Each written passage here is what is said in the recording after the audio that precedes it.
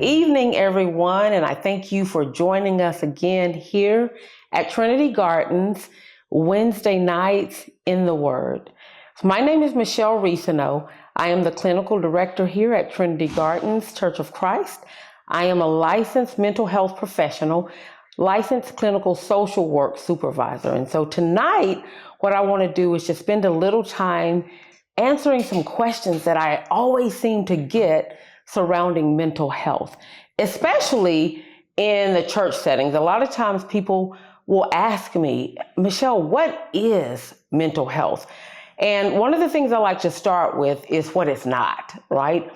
People who are diagnosed with mental health illnesses are not crazy. And I know that's the thing that we heard growing up as little kids. If you have a mental health issue or challenge, that you're crazy. What mental health is really basically just our emotional, psychological, and social well-being. It's our social health, our emotional and mental health. And so we're able to understand that when it comes to physical health, right? If somebody gets sick, we have diabetes, blood pressure, it's not that big of a deal, right? It's pretty common, it's pretty standard. We have a lot of knowledge about that. But mental health, we don't. So when we talk about mental health doesn't always mean that there is a diagnosis. Mental health and wellness is, again, simply your psychological, emotional, and social health. Now, mental illness is typically a condition in which our psychological, our social, and our behavioral well-being are complicated, right? We're having some difficulty functioning in the norm, or as the quote-unquote normal standard.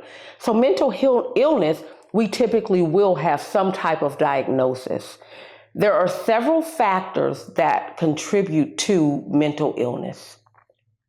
The first one is biological. So we can be impacted or faced with a mental health illness due to biological genetic factors. And that may be something that's hereditary, right? Bipolar disorder is one of those things that can be genetic. Anxiety and depression can be genetic. But that's not the only way that we're impacted with mental illness. There are some psychological factors that can lead to mental illness as well. Those psychological factors include things like trauma. If I don't have a predisposition for a mental illness, I can develop mental illness because of psychological factors like high stress or trauma, abuse that we've suffered many times in childhood, and sometimes even in adulthood when we talk about like domestic violence, or for teens in schools when they're bullied, right? Constantly bullied, that can lead to some mental health challenges. And then there's some social factors, like people that are isolated. Sometimes you think about those people who go into prison and they are put in these conditions where they're in isolation for extended periods of time. That can trigger mental illness. Also, people who are just shy or based on abuse, parents have neglected them emotionally, that can trigger some mental health illness. And then when we talk about the social aspects, dating, right? Having a fear of being around large crowds and those types of things. Those things typically will happen because of the psychological stress that we endure. So let's just break it down and talk about mental health and wellness and how that impacts our daily lives. If we are not healthy mentally, emotionally, and socially, it will impact every aspect of our lives. It impacts our jobs because we're not able to function normally. Now, there is some dysfunction in every family. Every one of us have some type of dysfunction happening. There are going to be days and times that we get stressed out, right?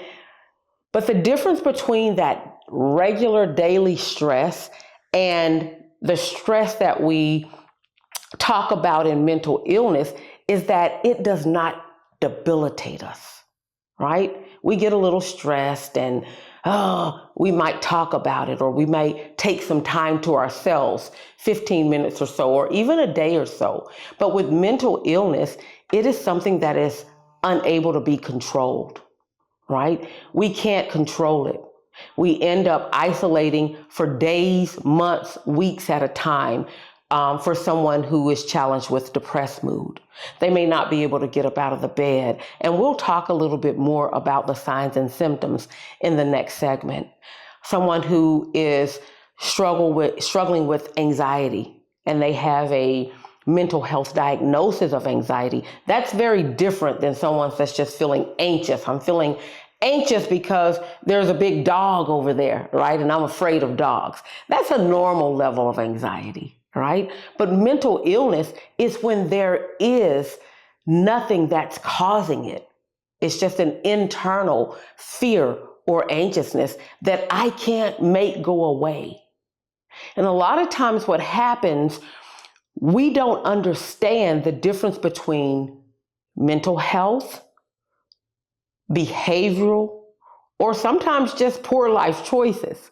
So a lot of times we have people that we make poor life choices and then, oh my goodness, I'm nervous, I'm anxious about going to jail. Well, you committed a crime, right? That's a normal, healthy amount of anxiety. But when we talk about mental health, again, that is something that debilitates an individual by no fault of their own. There may be a chemical imbalance, which leads to an increase in serotonin that's too high, or a decrease in serotonin that's too low. Or we could talk about the dopamine, too high or too low. Anytime there is a chemical imbalance in our brain, as we relate to the neurotransmitters in our brain, we will be off circuit. So think about it. In the physical, we understand. Diabetes. If your sugar is too high, there's an imbalance. So that's where diabetes comes from. So we take medication. We may use walking and exercise and diet in order to try to manage the sugar in our blood, right? High blood pressure, right? Our blood pressure is too high. Our heart is working too hard. It's pumping too hard. Sometimes we may use diet, exercise, or medication to help regulate our blood pressure. But when it comes to mental health, we often neglect our mental health and wellness. We've learned over the years to just pray it away, right? There must be something wrong with you. What did you do wrong? You just have poor coping skills. Like you're just weak. You need to strengthen up. No, that's not factual. The facts is that there are sometimes chemical imbalances in our brain by no fault of our own that we need to seek interventions from professionals, mental health professionals that can help us to balance the chemicals in our brains just as we seek out support and assistance to balance the chemicals in our bodies. So, in short, what is mental health? Again, it's our emotional, psychological, and social well-being. Mental illness is a disruptor. It seriously disrupts our emotional, psychological, and behavioral health. So mental illness is a disruptor by no fault of the individual's own. And we'll talk a little bit in the next segment about the types of mental illness that we need diagnoses for, sometimes maybe medication for. We'll talk a little bit about that in the next segment. And so I hope something that was said today will help you just understand the basics of what mental health is. Y'all have a good one. I'll see you next time.